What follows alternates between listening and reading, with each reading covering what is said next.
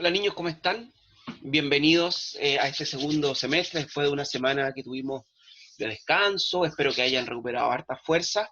Y hoy día vamos a continuar con el tema que nos estaba ocupando en la última semana, que es la Revolución Francesa y su herencia histórica, ¿ya?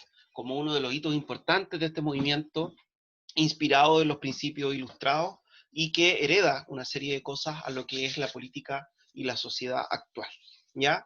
Hoy día el tema va a estar centrado en el análisis, chicos y chicas, de la Declaración de los Derechos del Hombre y del Ciudadano.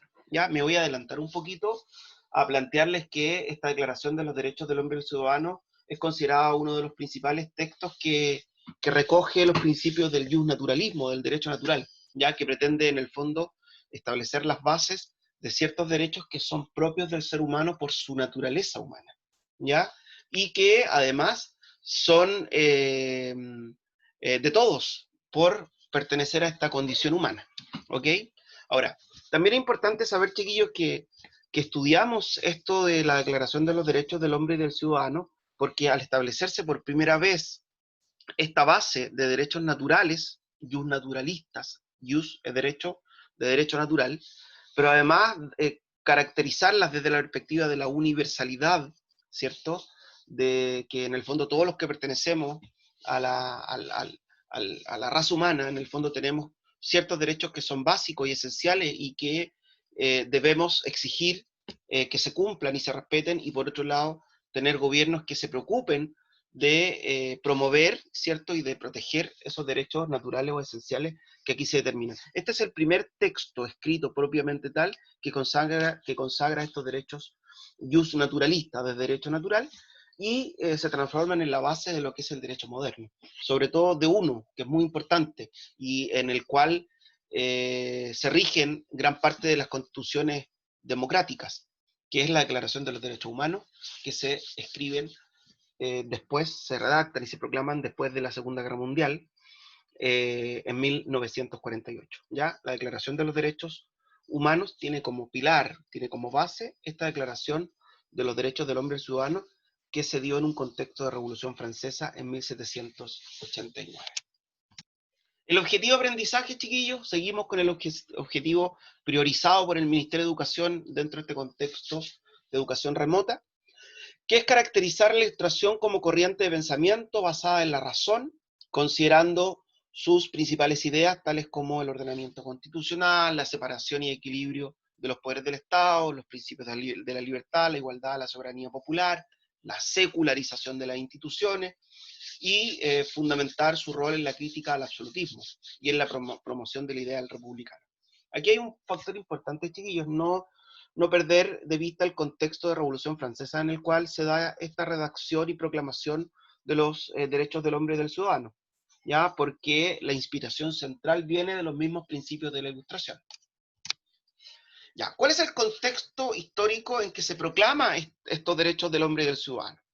Son proclamados en 1789 por los representantes del Estado llano, los que habían iniciado este proceso de Revolución Francesa, que estaban liderados principalmente por la burguesía, ya acompañado de los campesinos y los artesanos, quienes están conformados como una Asamblea Nacional en un primer momento y después como una Asamblea Nacional Constituyente, cuyo principal objetivo era la redacción de una constitución y la transformación de Francia en una república, ¿ya?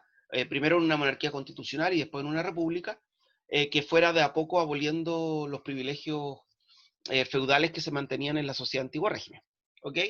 Por lo tanto, ese es el contexto en que van a ser proclamados estos derechos del hombre y el ciudadano. Estos derechos del hombre y ciudadano es el primero de tres textos que se redactan por parte de esta Asamblea Nacional Constituyente que se mantiene activa hasta 1791. Después se inicia una nueva etapa dentro del proceso de Revolución Francesa. ¿Cuáles son estos textos que se proclaman en esta etapa de la Revolución Francesa, que va desde 1789 a 1791, llamada esta Asamblea Nacional Constituyente? Primero, la Declaración de los Derechos del Hombre y del Ciudadano, los derechos naturales que vamos a empezar a analizar en un ratito más. También se dicta una constitución civil del clero. O sea, el clero de ahora en adelante no se va a regir por el derecho divino, ya por el derecho de Dios, sino que se va a regir por el derecho de los hombres, por el derecho natural también, ya por el derecho positivo, más que natural. Y aquí, chiquillos, nuevamente podemos observar cómo la Ilustración en el fondo inspira, ya es la filosofía que inspira este movimiento de Revolución Francesa y este proceso de redacción de códigos, porque la secularización de las instituciones es uno de los postulados de esta Ilustración, y por eso se hace una constitución civil del clero, ¿ya? Y finalmente, que era el objetivo central que tenía esta Asamblea Nacional Constituyente, la redacción de la Constitución de 1791. ¿Qué derechos consagra esta Declaración de los Derechos del Hombre y del Ciudadano? Consagra derechos que reconoce como propios a la naturaleza humana, lo que yo les vengo explicando desde el inicio, este llamado jus naturalismo, pero que además son derechos inalienables por esa condición, o sea que nadie te los puede cuestionar, nadie te los puede negar, ¿ya? Porque todas las personas lo tenemos, ¿ok? Ahora, aquí hay dos puntos, derechos naturales, derechos inalienables como características fundamentales de, de esta proclamación que se da en 1789. Y haciendo un símil, una comparación con los derechos humanos también tienen características que están asociados, son universales, son inalienables, son intransferibles, no tienen fecha de caducidad, ¿cierto? Y que en el fondo se desprenden de esta primera categorización que se hizo en 1789, ¿ya? También estos derechos están influidos por los principios de la Ilustración, como yo les decía anteriormente.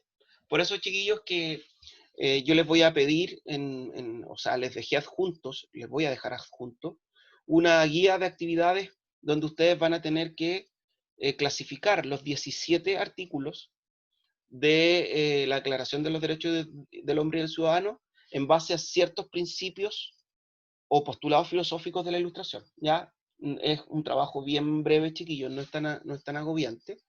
Y también van a tener que leer la introducción a la declaración de esos 17 artículos en función de cuál es el objetivo, ¿ya? Cómo se justifica por parte de los representantes del Estado llano en esta Asamblea Nacional Constituyente el que se tengan que reconocer y redactar y proclamar estos derechos esenciales, naturales, inalienables de la condición humana. ¿Ya? Dentro de estos principios podemos destacar estos principios ilustrados que sustentan la redacción de estos 17 artículos de la Declaración de los Derechos del Hombre y del Ciudadano. Está la soberanía popular, ¿ya? Que es el pueblo quien elige a sus gobernantes, como lo planteaba Rousseau en el contrato social. Está la división del poder del Estado, ya como eje temático. Algunos escritos de Voltaire, de Montesquieu, planteaban también aquello que nosotros lo analizamos en algunas clases. El apego a la ley y al constitucionalismo, que las sociedades y los estados deben regirse por una constitución, por una ley que mande, prohíbe y permite lo que se pueda hacer, ¿ya? Y también por la consagración de una serie de derechos civiles que están sustentados en la libertad, en la igualdad, en la justicia, en la propiedad privada, entre otros. Por ejemplo, cuando ustedes revisen, ustedes se van a dar cuenta que hay ciertas cosas que son de nuestra legislación o de nuestros códigos legales actuales, pero que ya estaban presentes en 1789, como por ejemplo la presunción de inocencia ante la imputación de un delito. Ustedes saben que hoy día en Chile uno es inocente hasta que se compruebe la culpabilidad. ¿Ya? Y ese principio está dado desde desde este texto jus naturalista. ¿Cuáles son algunos de estos derechos consagrados? Que los hombres nacen libres e iguales, en condición, que la soberanía reside en el pueblo, o sea, es nacional, que el ordenamiento político y social se debe establecer mediante una constitución, que la igualdad ante la ley, que todas las personas tienen una igualdad ante la ley y el acceso a un trato, a un juicio justo como derecho, la libertad de opinión y expresión, libre reunión, y también la protección a la propiedad privada. Son algunos de estos principios. ¿Y cuál es su trascendencia histórica, chiquillos, de esta Declaración de los Derechos del Hombre y del Ciudadano? Es que se transforman en la base de la Proclamación de los Derechos Humanos en 1948, tras las calamidades de la Segunda Guerra Mundial, y junto a estos principios de derechos humanos se mantienen vigentes en las constituciones de distintos países como el nuestro. ¿Ya? Por tanto, hay una vigencia de esta proclamación inicial a lo que tenemos hoy día en el derecho vigente. ¿Ya? Sí, esa es una información introductoria y ahora les quiero mostrar lo que van a tener que hacer a modo de guía. ¿Ya? Se los he indicado como pasos. Aquí, chiquillo, está el propósito de lo que queremos lograr, y es que podamos analizar la Declaración de los Derechos del Hombre y el Ciudadano, proclamada en 1789, en el contexto de la Revolución Francesa, para identificar los objetivos. ¿Por qué se redactan? ¿Ya? Y también para relacionar los artículos de esta proclamación con los principios ilustrados, que son la filosofía en el fondo que alimenta todo este proceso de Revolución Francesa.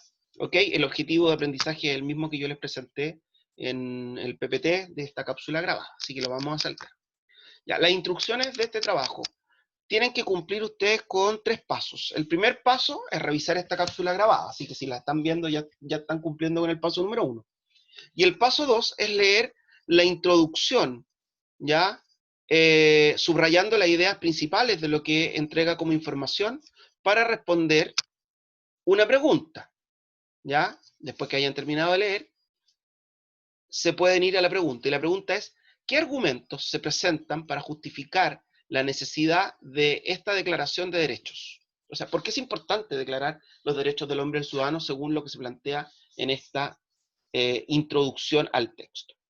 Y el paso número 3 es que ustedes deben considerar estos principios ilustrados y clasificarlos, relacionarlos con el artículo de la declaración. Por ejemplo, los derechos: los hombres nacen y permanecen libres e iguales en derecho, las distinciones sociales no pueden fundarse en la utilidad común. Ya, eso responde a la soberanía popular, a la división del poder del Estado, al constitucionalismo, a los derechos civiles o a las libertades individuales.